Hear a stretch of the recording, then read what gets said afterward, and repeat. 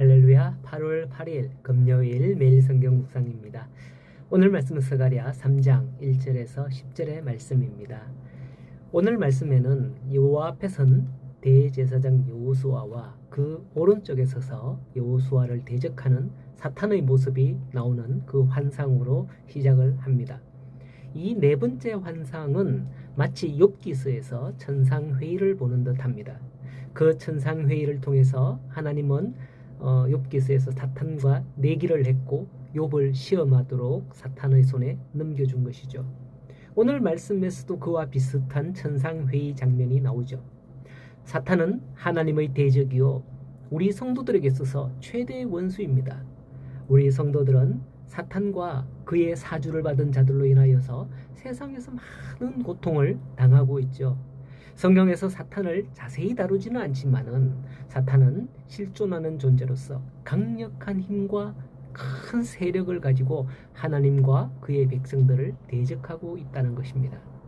다만 사탄이 눈에 보이지 않는 영적인 존재이기 때문에 믿는 자들조차도 그에 대하여 간과하고 과소평가하여서 경계를 소홀히 하고 있는 게 사실입니다.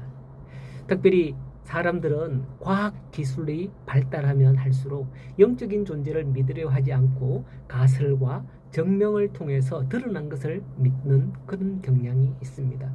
그러나 성도 여러분, 성경은 많은 부분을 할애하고는 있지는 않지만 분명 사탄의 존재에 대해 말씀을 하시고 있습니다. 또한 사탄이 끼치는 악한 영향력에 대해서도 분명히 말씀을 하고 있죠. 실제 우리 삶은 사탄과 영적인 싸움에 직면해 있습니다. 그러므로 우리 모두는 사탄을 분명히 알고 대적하여야 할 것입니다. 사탄이 비록 우리 눈에 보이지 않는 존재라 할지라도 경계를 게을리하지 말고 말씀으로 대적할 수 있기를 간절히 소원합니다. 오늘 말씀에서는 욥기서처럼 여호와께서 여호수아를 시험하도록 사탄에게 내주는 게 아니라 2절에 보면 여호와께서 사탄에게 이르시되 여호와는 예루살렘을 택하였기 때문에 사탄아 여호와께서 너를 책망하노라 하고 선포하십니다.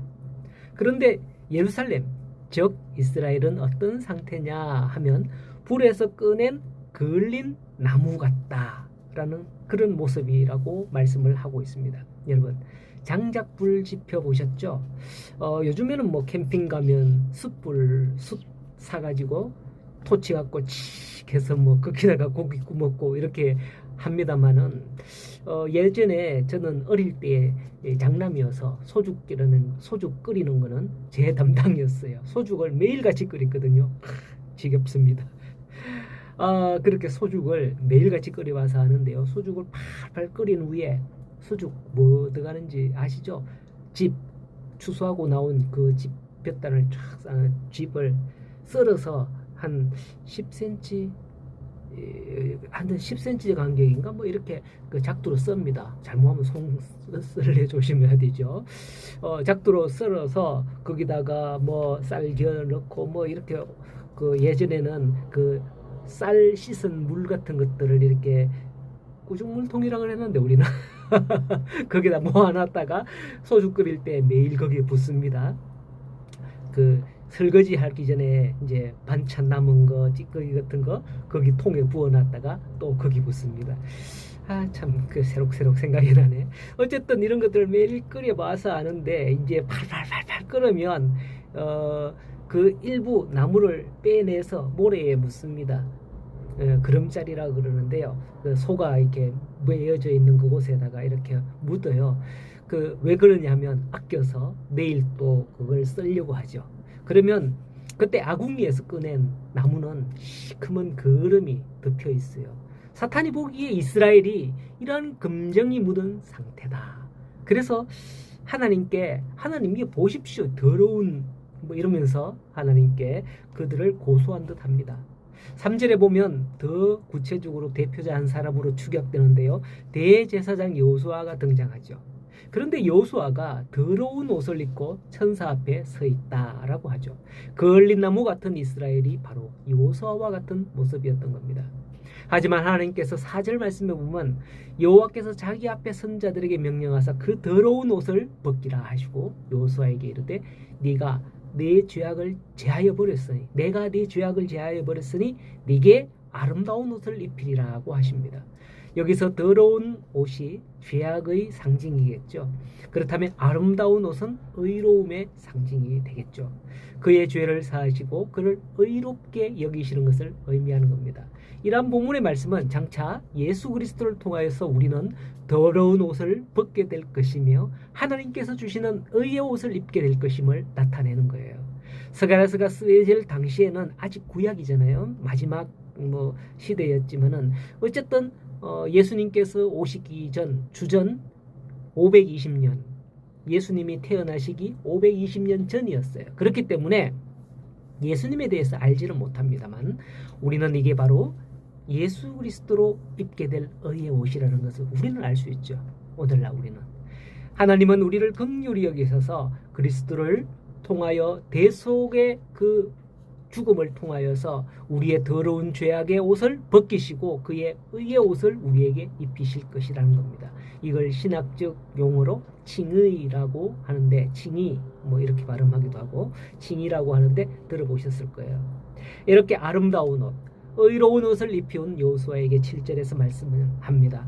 네가 내 집을 다스릴 것이요 내 뜰을 지킬 것이며 내가 또 너로 여기 서 있는 자들 가운데 왕래하리라. 이 세 가지 축복을 약속합니다.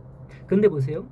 아름다운 옷을 입었다고 이런 축복을 그저 주어지는 게 아니라는 걸 볼 수가 있습니다. 이 약속을 주시기 바로 앞에 7절에 보면 어떤 말씀이 있느냐 하면 네가 만일 내 도를 행하며 내 규례를 지키면 이라는 그 단서가 붙은 후에 이 세 가지를 말씀하는 거예요. 바로 우리 성도들에게 동일하게 적용되는 말씀인 거예요. 우리가 그리스도의 의의 옷을 입으면 이런 걸 무조건 누리게 되는 게 아니라 예수 그리스도의 의의 옷을 입은 자가 주의 도를 행하고 주의 규례를 지켜야 한다는 걸 말씀을 하고 있는 거죠. 이러한 원리들을 우리가 잘 이해를 해야 합니다. 우리의 의의 옷을 입은 성도가 되는 것은 우리가 의의 옷을 입은 성도가 되는 것은 결코 우리 스스로 내가 뭔가를 해서 되는 게 아니라 우리는 불에 그을린 나무 같다. 그렇다는 거예요. 하나님께서 그리스도의 의의 옷을 입히셨다는 것, 그것은 즉 우리는 스스로 우리의 행위로 인해서 그리스도께 의롭다 칭함을 받는 게 아니라는 거죠. 하나님께서 우리에게 그리스도의 의의 옷을 입혀 주십니다. 그럴 때 우리가 주의 도를 행하고 주의 규례를 지켜야 한다는 거예요. 대부분 사람들은 이젠 됐다 싶으면 아예 손 놓고 나는 아무것도 안 해도 돼 이제 이렇게 하는 경우가 많죠. 의의 옷을 입었다고 해서 하나님의 축복과 천국이 그저 그냥 이제부터는 일사천리로 주어지는 게 아니라 이제부터 주의 도를 지키고 주의 규례를 지킬 자격을 얻은 거예요. 자격을. 이제부터 의롭게 살 자격을 얻은 거죠. 그전에는 아무리 자기가 의롭게 살았다 하더라도 그건 의롭게 산 자격이 되지 않습니다. 하나님의 의로운 자녀로 이제는 우리가 살아갈 자격이 주어졌을 때에 이제 우리가 그렇게 살아갈 때에 우리가 하나님 앞에 의로운 자다 칭함을 받을 수 있을 거예요. 오늘도 하나님께서 우리에게 먼저 베푸신 그 은혜를 받고 감사하면서 주의 도를 행하며 그렇게 살아가는 우리 성도들이 다 되어서 하나님께서 약속하신 그 축복을 누리는 성도들이 다 되기를 간절히 소원하고 축복합니다. 승리하십시오.